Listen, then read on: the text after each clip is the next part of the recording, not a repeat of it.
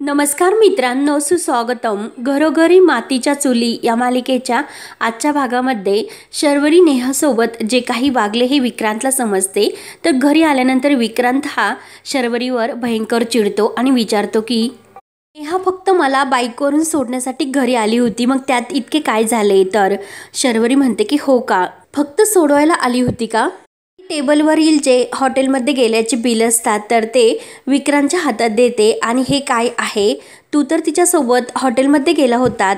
तेव्हा विक्रांत म्हणतो की हॉटेलमध्ये मी आणि नेहा नव्हतो, तर आमचे फायनान्स सुद्धा होते, हवं तर तू त्यांना फोन करून विचार. आणि लगेच विक्रांत आपल्या खिशातून फोन काढतो.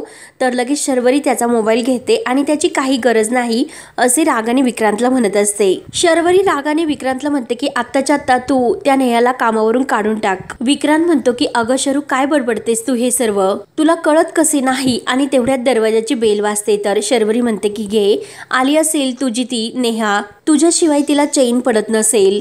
विक्रांत दरवाजा उघडतो तर जानकी आणि ऋषिकेश असतात. तर त्यांना पाहून शर्वरी आणि विक्रांतला तर धक्काच बसतो. तेव्हा शर्वरी लगेच पुढे येते आणि दादा वहिनी या ना आतमध्ये आणि त्यांना बसायला सांगते. शर्वरी म्हणते की मी पाणी घेऊन येते. तेव्हा विक्रांत ऋषिकेश आणि जानकीला विचारतो की इतक्या अचानक कसे आले? तर ऋषिकेश म्हणतो की आपल्या सारंगचे लग्न आहे, मग आमंत्रण देण्यासाठी जोडीने यायला नको का? तर जानकी म्हणते की जावई बापूंचा मान पहिला, त्यामुळे सर्वात अगोदर तुम्हाला पत्रिका देण्यासाठी आलो. शर्वरी पाणी आणून देते आणि तुम्ही बसा, मी तुमच्यासाठी लिंबू सरबत घेऊन येते. तर जानकी ऋषिकेश म्हणतात की नाही.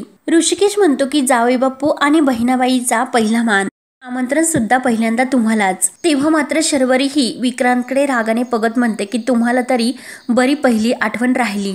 ऋषिकेश म्हणतो की अगं शरू, असे का बोलतेस? तू तर लाडाची माझी बहिणाबाई आहे, तुला कसे विसरणार आम्ही? आणि तुझ्याशिवाय लग्नाला काही मजा येणार का? जानकी सुद्धा म्हणते की हो शर्वरी वंश, तुमच्याशिवाय लग्नाला मज्जा तर येणारच नाही. आणि पत्रिका द्यायची, त्यामुळे हळदी कुंकवाचा करंडा जरा घेऊन या. तेव्हा शर्वरी खुश होऊन आतमधून करंडा घेऊन येते. तेव्हा जानकी शर्वरीला हळदी कुंकू लावते आणि ऋषिकेश हे विक्रांतला तर लगेच एकमेकांच्या हाताने ते एकमेकांच्या हातात पत्रिका देतात. आणि आपल्या लाडक्या सारंगचे लग्न आहे, त्यामुळे लग्न अगोदरच पासून तुम्हाला यायचे आहे. लग्नाच्या अगोदरच्या, लग्नानंतरच्या आणि लग्नातल्या सर्व विधींना तुम्हाला तेथे थांबायचे. आणि दोघे हात जोडून म्हणतात की आग्रहाचे आमंत्रण. आणि लाडक्या कलवरीबाई तुम्हाला लग्नाच्या अगोदरच्या हळदीपासूनच्या तर लग्नानंतरच्या सत्यनारायणाच्या कार्यक्रमापर्यंत तेथे थांबायचे. तर शर्वरी म्हणते की तुम्ही बसा, मी आलेच. म्हणून शर्वरी आतमध्ये जाते. तर ऋषिकेशला विक्रांत विचारतो की सर्व काही तयारी झाली का? आणि काही लागले तर हक्काने सांगायचे. आणि तेवढ्यात शर्वरी आतमध्ये बॅग भरून घेऊन येते. तर विक्रांत विचारतो की अगं शर्वरी, तू आत्ताच कुठेच निघाली? तर शर्वरी म्हणते की माझ्या लाडक्या भावाचं लग्न आहे, मग मी आजपासूनच जायला हवे. जानकी आणि ऋषिकेश सुद्धा शर्वरीकडे बघत असतात. ऋषिकेश म्हणतो की बरं चल, तू आमच्या सोबतच चल. आणि विक्रांतला विचारतो की घेऊन जाऊ का माझ्या लाडक्या बहिणीला? तेव्हा शर्वरी लगेच मध्ये म्हणते की तो कशाला नाही म्हणेल, चला निघूयात. म्हणून शर्वरी लगेच बाहेर जाते. तर जानकी विक्रांतला नमस्कार करते आणि ते सुद्धा बाहेर जातात. त्यानंतर इकडे सौमित्र आणि अवंतिका गाडीमधून येत असतात. तर अवंतिका म्हणते की अरे सौमित्र, माझं डोकं खूप दुखते. तर सौमित्र म्हणतो की मी तुला खायला काहीतरी घेऊ का? तर अवंतिका म्हणते की खायला नको, परंतु मला जरा पाणी पिण्यासाठी घे. तेव्हा सौमित्र एका ठिकाणी गाडी थांबवतो आणि एका दुकानात तो पाण्याची बॉटल घेण्यासाठी जातो. तर अवंतिका गाडीमध्ये असते. तेवढ्यात जे ऐश्वर्याचे आणि सयाजीरावांचे गुंड असतात तर ते सौमित्राचा पाठलागच करत असतात. आणि लगेच सौमित्र बाहेर बॉटल घेऊन येतो. तर लगेच त्याच्या अंगावर एक चादर टाकतात आणि त्याला तोंड बांधून ते गाडीतून तेथून घेऊन जातात. तर एक बाई स्कूटीवरून येत असते आणि कोण असेल हा, हे नक्की काय घडले असा विचाराने ती सुद्धा खूप घाबरलेली असते. त्यानंतर इकडे सयाजीरावांच्या घरी लग्नाची पूर्ण तयारी चाललेली असते. सयाजीराव घाईने कावेरीला सांगत असतात की त्या आचार्याला बोलावून घेतले, तुम्ही सविस्तर त्याला यादी करून त्याच्याशी बोला. तेवढ्यात ऐश्वर्या बाहेर येते आणि तेवढ्यात ऐश्वर्याच्या गुंडांचा म्हणजे त्या माणसाचा कॉल येतो. तर त्यांनी पकडले ही बातमी ते ऐश्वर्याला सांगतात, तर ते ऐकून ऐश्वर्या अगदी खुश होते आणि व्हेरी गुड असे बोलून फोन ठेवते आणि लगेच सयाजीला म्हणते की डॅडा मला तुमच्यासोबत काहीतरी बोलायचे आणि आपल्याला एका ठिकाणी जायचे, तुम्ही रेडी राहा. तर कावेरी हे सर्व ऐकते. सयाजी काका विचारत असतात की अगं पण कुठे जायचे, तर ऐश्वर्या म्हणत असते की मी सांगते. तेव्हा कावेरी लगेच म्हणते की घरात इतकी कामं पडलीत आणि तुम्ही बाहेर जायचे कुठे म्हणता. तेव्हा ऐश्वर्या म्हणते की डोकलस आणि कशाला मध्ये मध्ये बोलत असते ग, मी आता खूप चांगल्या मूड मध्ये. आणि परत ऐश्वर्या बोलायची थांबते आणि सयाजीला म्हणते की डॅडा आपल्याला आत्ताच नाही तर थोड्या वेळाने जायचे, खूप महत्वाचे आहे आणि अगदी खुश असते. तेव्हा सयाजी काका म्हणतात की तू केव्हा सांग, आपण लगेच निघूयात. तेव्हा ऐश्वर्या मनात म्हणते की बात बन गई, मला जे हवे होते ते नक्की झालेच. हे रणदिवे माझं लग्न तर आयुष्यात विसरणार नाही. अशी सनसनी त्यांच्या तोंडावर बसणार, ती सुद्धा अगदी जाहीर. तेव्हा कावेरीचे सर्व बघून मनात म्हणते की आता या बापलेकीच्या डोसक्यामध्ये काय शिरते तेच माहिती नाही. त्यानंतर इकडे रणदिव्यांच्या घरी सुद्धा लग्नाची तयारी सुरू असते आणि तेवढ्यात ऋषिकेश, जानकी आणि शर्वरी येतात. तर सारंग फोनवर बोलत असताना म्हणतो की ताई आली आणि सर्वजण अगदी धक्क्यानेच शर्वरीकडे बघत असतात. तेव्हा ओवी लगेच येते आणि शर्वरी आत्याला बघून मिठी मारते. आजी म्हणते की एगो ये माझं सोनूलो आलं आणि कशी आहेस ग तू, म्हणून शर्वरी लगेच आजीला मिठी मारते आणि शरू बरं झालं तू आली, घर अगदी भरल्यासारखे वाटते आणि लग्न घरामध्ये काही निर्णय सुद्धा घ्यायचे असतात, अशा वेळी तू तुझे मत तर देशील ना. आजी लगेच रागाने जानकीला म्हणते की अगं काय बघतेस, एकुलती एक करवली आहे, मग तिचा मान ठेवायला नको का, जा मग तिच्याकरता लुसलुशीत उपीट करून घेऊन ये, तिच्याबरोबर मी सुद्धा खाईन आणि जा लगेच. तर सुमित्रा म्हणते की अगं आई तिला बसून दे. तर तेव्हा जानकी आतमध्ये येते आणि ती फोनवर बोलत असते की सौमित्र भाऊजीबद्दल काही कळले का असे विचारत असते. तुमच्या ज्या काही ओळखी असेल ते सर्वत्र विचारा, परंतु सौमित्र भाऊजीबद्दल काहीतरी खबर नक्की म्हणजे द्या असे सांगत असते. तेवढ्यात आजी जानकीला आवाज देते. सतत ही जानकी फोनवरच असते. शर्वरीला केव्हाची भूक लागली, मग काहीतरी खाण्यासाठी करून घेऊन ये. जानकी म्हणत असते की हो, फोन मेसेज काही करा परंतु मला कळवा, मी वाट बघते. म्हणून जानकीला सौमित्राची खूप काळजी लागलेली असते. सुमित्रा म्हणते की अगं आई ती फोनवरच बोलते आणि घरातील सर्व काम तीच करत असते, किती काम करणार ती. आजी म्हणते की शर्वरी आली, मग तिला काय हवं काय नको हे बघायला कोणीतरी नको का. सुमित्रा म्हणते की शर्व आली ते बरेच झाले, पण लग्नाच्या कामासाठी तू तिला सोडले तर पाहिजे ना, तुमच्या कानगोष्टीतून तिला फुरसत तर मिळायला हवी. आजी म्हणते की हो बरोबरच आहे, माझी लाडकी नात तर आली, मग तिच्या बरोबर कानगोष्टी तर करणारच. तेव्हा आजी लगेच ऋषिकेशला विचारते की तू जावई बापूंना का घेऊन नाही आलास. तेव्हा शर्वरी लगेच म्हणते की तो लग्नात जरी आला तरी खूप आहे. शर्वरीच्या या बोलण्याचं सर्वांना टेन्शन येते. तर शर्वरी लगेच म्हणते की तो बिझी असतो आणि लगेच शर्वरी म्हणते की मी जरा फ्रेश होऊन येते. तर आजी म्हणते की माझ्या खोलीमध्ये जा. तेव्हा जानकी ही मंगलाला म्हणते की तुम्ही उपीट करायला घ्या आणि सुमित्रा ही जानकी जवळ येते आणि सौमित्रबद्दल काही कळले का ग असे विचारते. तर जानकी म्हणते की अजून तर नाही. सुमित्रा म्हणते की देव करतो जिथे कुठे असेल तिथे सुखरूप असो.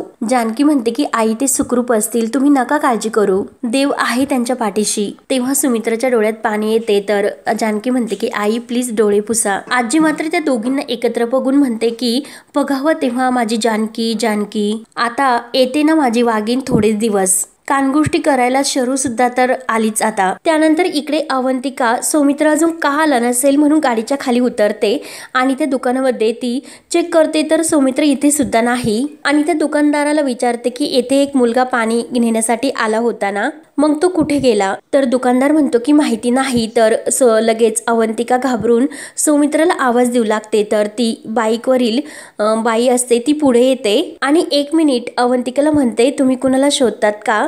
तेव्हा अवंतिका म्हणते की हो, मी माझ्या नवऱ्याला शोधते, माझा होणारा नवरा आणि तो इथे पाणी घेण्याकरता उतरला होता, बराच वेळ झाला तो आला नाही आणि त्याचा फोन सुद्धा लागत नाही, म्हणून अवंतिका रडू लागते. तेव्हा ती बाई विचारते की त्यांनी बिस्किट कलरचा टी शर्ट घातला होता. तर अवंतिका म्हणते की हो, आणि ब्ल्यू कलरची जीन्स का. तर अवंतिका हो बोलते. तेव्हा अवंतिका विचारते की तुम्ही त्यांना पाहिले का. तर लगेच ती बाई सांगते की हो, काही गुंडांनी त्यांना पकडून नेले. तेव्हा ती बाई सांगू लागते की हो, ते येथे उभे होते आणि कुणीतरी त्यांच्या अंगावर काळा कपडा घातला आणि 4 जणांनी त्यांना गाडीतून नेले। तेव्हा अवंतिका विचारते की तुम्ही गाडीचा नंबर बघितलास का? तर ती बाई म्हणते की नाही, पण ती पांढऱ्या रंगाची गाडी होती। तेव्हा अवंतिका लगेच दामले सरांना म्हणजे तिच्या डॅडाला फोन लावते आणि सौमित्राला कोणीतरी किडनॅप करून घेऊन गेले, तुम्ही लगेच येथे या म्हणून अवंतिका सुद्धा खूप टेन्शन मध्ये आलेली असते आणि ती गाडीमध्ये जाऊन बसते।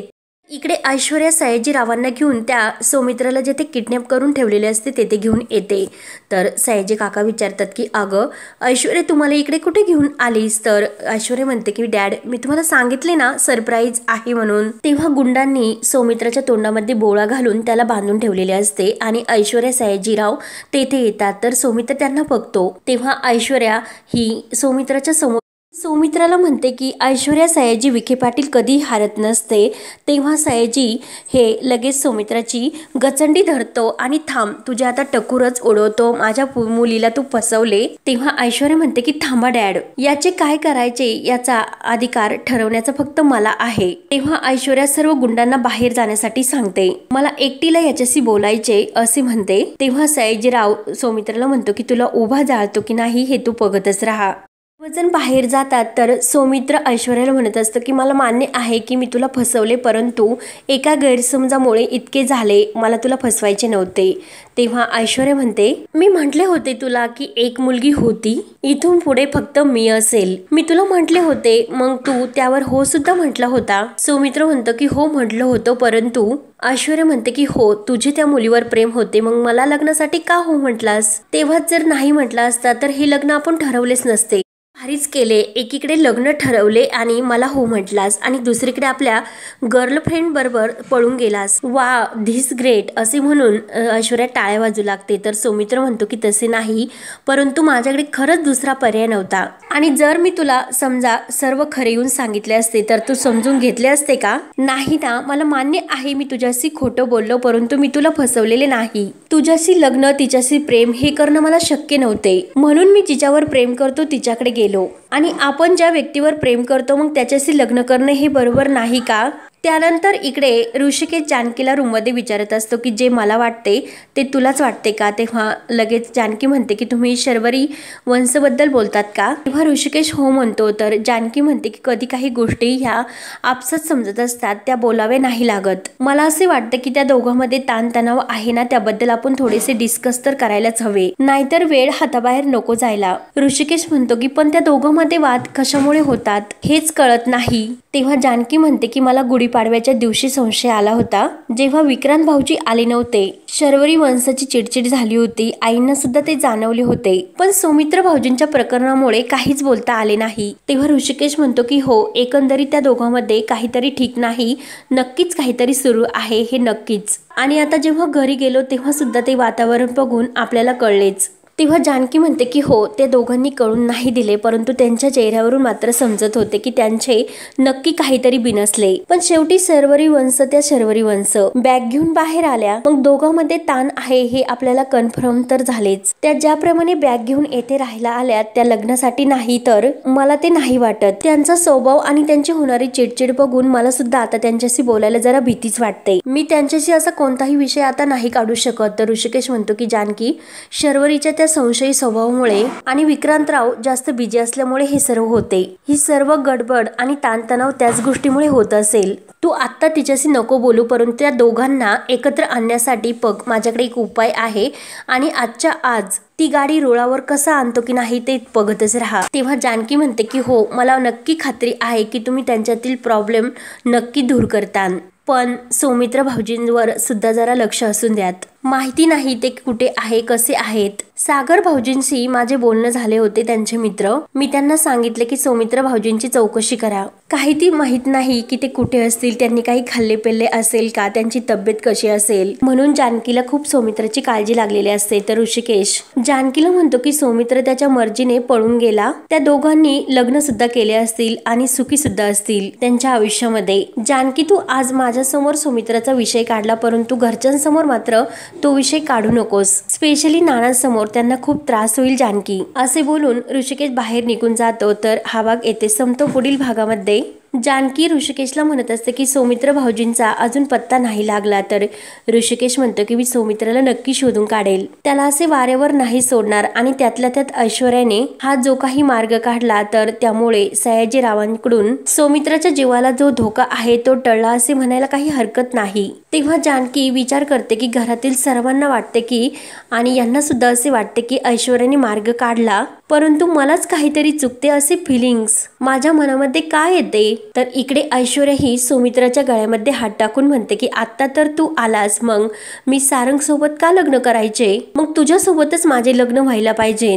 तेव्हा सौमित्र म्हणत असतो की प्लीज ऐश्वर्या असे करू नकोस ग. तर ऐश्वर्या म्हणते की नको, परंतु एक्झॅक्टली मी सर्व हेच करणार. तेव्हा आता पुढे काय होणार हे पाहण्यासाठी चॅनलला नक्की सबस्क्राईब करत राहा. धन्यवाद.